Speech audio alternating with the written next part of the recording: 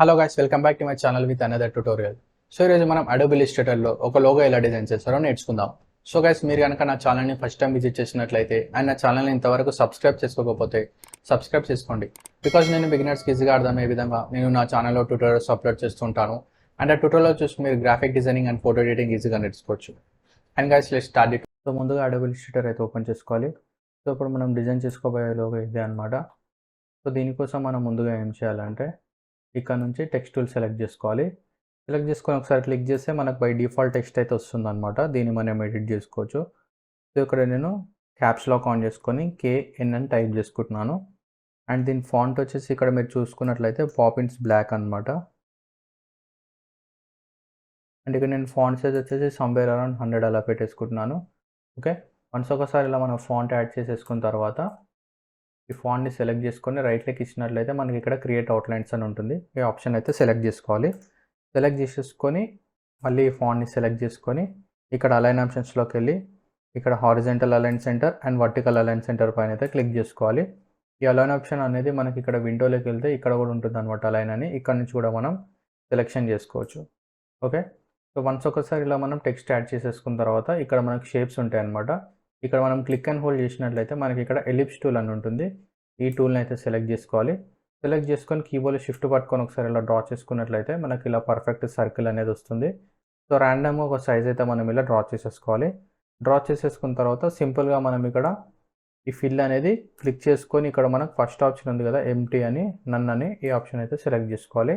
And ఇక్కడ stroke already నన్ ఉంది కాబట్టి ఇక్కడ స్ట్రోక్ అయితే మనం యాడ్ చేసుకోవాలి.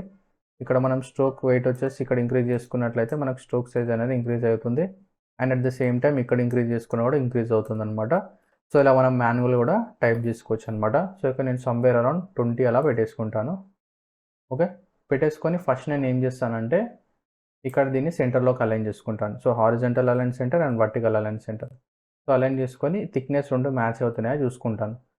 సో ఇక్కడ టెక్స్ట్ థిక్నెస్ అండ్ ఇక్కడ ఈ సర్కిల్ థిక్నెస్ అనేది సిమిలర్గా ఉండే విధంగా మనం అడ్జస్ట్ చేసుకోవాలి. సో ఇంకొంచెం ఇంక్రీజ్ చేసుకుందాం. ఓకే, 23 అయితే ఓకే, పర్లేదు, బాగానే ఉంది. అండ్ ఇక్కడ సర్కిల్ని అయితే కొంచెం సైజ్ అయితే ఇంక్రీజ్ చేసుకుందాం. ఓకే, ఆఫ్టర్ దట్ ఈ సర్కిల్ని అయితే మనం సెలెక్ట్ చేసుకోవాలి. సెలెక్ట్ చేసుకొని ఇక్కడ ఆబ్జెక్ట్లోకి వెళ్ళాలి. ఆబ్జెక్ట్లోకి వెళ్ళినట్లయితే మనకి ఇక్కడ ఎక్స్పాండ్ అనే ఆప్షన్ ఉంటుంది. ఈ ఆప్షన్ అయితే సెలెక్షన్ చేసుకోవాలి. సో ఇలా బాక్స్ పాపప్ అవుతుంది. ఇక్కడ ఈ ఫిల్ అండ్ స్ట్రోక్ రెండు ఇలా టిక్ మార్క్ చేసి ఉండాలి. ఆఫ్టర్ దట్ ఓకే పైన క్లిక్ చేసుకోవాలి. సో దట్ మనకి ఏమైపోతుందంటే ఈ సర్కిల్ అనేది ఇప్పుడు మనకు స్ట్రోక్ రిమూవ్ అయిపోయి ఒక షేప్లోకి ఫామ్ అయిపోతుంది అనమాట. ఆఫ్టర్ దట్ ఈ సర్కిల్ని అయితే మనం సెలెక్ట్ చేసుకోవాలి. సెలెక్ట్ చేసుకొని లేయర్స్లోకి వెళ్ళాలి. లేయర్స్లోకి వెళ్ళి ఇక్కడ ఆప్షన్ పైన క్లిక్ చేసుకున్నట్లయితే మనకు అది లాక్ అయిపోతుంది అనమాట. సో దట్ ఇప్పుడు మనం ఇలా సెలెక్షన్ చేసుకున్న సెలెక్షన్ అవ్వదు. ఆఫ్టర్ ఈ టెక్స్ట్ని అయితే సెలెక్ట్ చేసుకొని రైట్ క్లిక్ ఇస్తే మనకి ఇక్కడ అన్గ్రూప్ అనే ఆప్షన్ ఉంటుంది. ఈ ఆప్షన్ అయితే సెలెక్ట్ చేసుకోవాలి. సెలెక్ట్ చేసేసుకున్న తర్వాత ఇక్కడ మనకు చూసుకున్నట్లయితే డైరెక్ట్ సెలెక్షన్ టూల్ అని ఉంటుంది.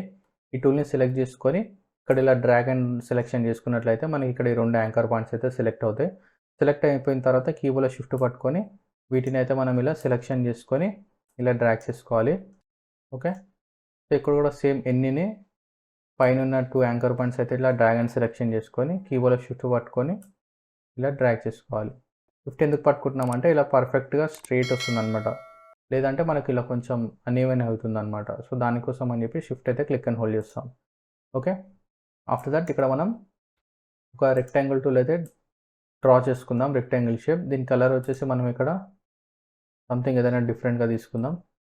సో ఇక్కడ మనం మెయిన్ థింగ్ చేయాల్సింది ఏంటంటే ఇక్కడ కార్నర్కి వచ్చినప్పుడు ఇది ఇలా రొటేట్ అవుతుంది అనమాట. రొటేట్ ఆప్షన్ టూల్తోని ఇలా రొటేట్ చేసుకొని మనకు ఇది దీనికి అలైన్ అయ్యే విధంగా చూసుకోవాలన్నమాట. ఇక్కడ ఎన్నది ఒక యాంగిల్ ఉంది కదా, దీనికి అలైన్ అయ్యే విధంగా ఇలా మనం చూసుకోవాలి. ఓకే, ఇలా పెట్టేసుకున్న తర్వాత కొంచెం సైజ్ అనేది ఇలా ఇంక్రీజ్ చేసుకోవాలి. ఇది ఎందుకంటే మనకు ఇక్కడ యాంకర్ పాయింట్ ఇక్కడ మ్యాచ్ అయ్యే విధంగా చేసుకోవడానికి. ఇప్పుడు నేను చేసి చూపిస్తాను చూడండి. ఈ ఎన్నుని సెలెక్ట్ చేసుకొని ఇక్కడ డైరెక్ట్ సెలెక్షన్ టూల్ సెలెక్ట్ చేసుకొని దీని యొక్క యాంకర్ పాయింట్ ఇది ఉంది కదా, దీని అయితే సెలెక్ట్ చేసుకొని డబుల్ క్లిక్ ఇచ్చి కీబోర్డ్లో షిఫ్ట్ పట్టుకొని ఇలా డ్రాగ్ చేసుకోవాలి. సో ఇక్కడ మ్యాచ్ అయ్యే వరకు ఇలా పెట్టేసుకోవాలి. ఓకే, ఇక్కడ కూడా K యొక్క యాంకర్ పాయింట్ అనేది మ్యాచ్ అయ్యే విధంగా చూసుకోవాలి. సో ఫస్ట్ సెలెక్షన్ చేసుకుందాం. డబుల్ క్లిక్ ఇచ్చి కీబోర్డ్లో షిఫ్ట్ పట్టుకొని ఇలా ఇంక్రీజ్ అయితే చేసుకుందాం. సైజ్ ఇంక్రీజ్ చేసుకొని ఇది కరెక్ట్ ఇక్కడ ప్లేస్ చేసుకొని మ్యాచ్ అయ్యే విధంగా అయితే చూసుకుందాం. ఓకే, ఆఫ్టర్ దట్ ఈ షేప్ పక్కన పెట్టేసుకొని చూసుకున్నట్లయితే మనకు లోగో అనేది ఈ విధంగా ఉంటుంది. ఇప్పుడు మనం ఏం చేయాలంటే ఏదైతే మనం లాక్ చేసుకున్నామో ఇది అన్లాక్ చేసేసుకోవాలి. ఇక్కడ షేప్‌తోని పని లేదు కాబట్టి డిలీట్ చేసేసుకోవాలి. సో, అన్నిటిని డ్రాగ్ అండ్ సెలెక్ట్ చేసేసుకొని మన ప్రాపర్టీస్‌లోకి వెళ్ళినట్లయితే మనకి ఇక్కడ పాత్ ఫైండర్ అని ఉంటుంది. ఇందులో నుంచి ఫస్ట్ ఆప్షన్ అయితే సెలెక్ట్ చేసుకోవాలి. క్లిక్ టు యునైట్ అని ఉంది కదా! ఈ ఆప్షన్ అయితే సెలెక్ట్ చేసుకోవాలి. సో, ఇలా సెలెక్షన్ చేసుకుంటే ఏందంటే ఈ షేప్స్ అన్నీ మనకు యునైట్ అయిపోయి ఒక షేప్‌లోకి ఫార్మ్ అయిపోతాయన్నమాట. సో, పాత్ ఫైండర్ ఆప్షన్ అనేది మనకు విండోలోకి వెళ్తే ఇక్కడ ఉంటుందన్నమాట పాత్ ఫైండర్ అని. ఇక్కడ నుంచి కూడా మనం సెలెక్షన్ చేసుకోవచ్చు. సో, వన్స్ ఒకసారి ఇలా అయిపోయిన తర్వాత ఈ షేప్‌ని మొత్తం డ్రాగ్ అండ్ సెలెక్ట్ చేసుకొని ఇక్కడ గ్రేడియంట్ ఆప్షన్ ఉంది కదా! ఈ గ్రేడియంట్ ఆప్షన్ అయితే సెలెక్ట్ చేసుకోవాలి. సో, ఇక్కడ మనం విండోలోకి వెళ్తే ఇక్కడ కూడా మనకు గ్రేడియంట్ అని ఉంటుందన్నమాట.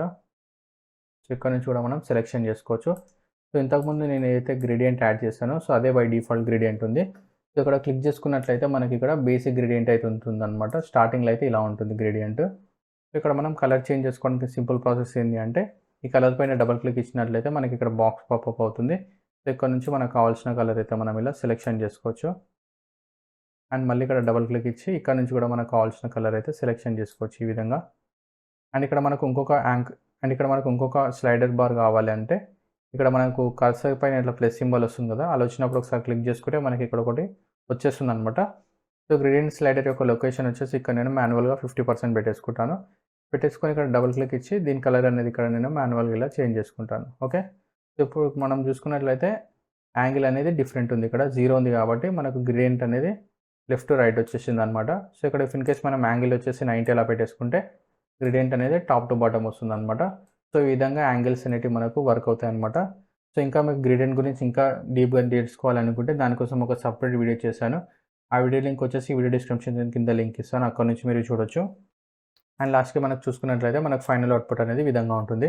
సో, ఫ్రెండ్స్ చూస్తారు కదా మనం అడోబ్ ఇల్లస్ట్రేటర్‌లో ఒక లోగోని ఎలా డిజైన్ చేసుకుంటామో. సో, గైస్ మీకు ఎలాంటి మరికొన్ని graphic designing and photo editing tutorials కోసం నా ఛానెల్‌ని సబ్స్క్రైబ్ చేసుకోండి. సబ్స్క్రైబ్ చేసుకొని బెల్ ఐకాన్ పైన క్లిక్ చేయండి. సో దట్ నేను ఫ్యూచర్‌లో అప్లోడ్ చేసే ఏ చిన్న ట్యుటోరియల్ మీరు మిస్‌గా కూడా చూడొచ్చు. అండ్ ఫ్రెండ్స్ అలాగే ట్యుటోరియల్ మీకు నచ్చినట్లయితే please like, comment and share this video. And thank you friends. Thank you for watching.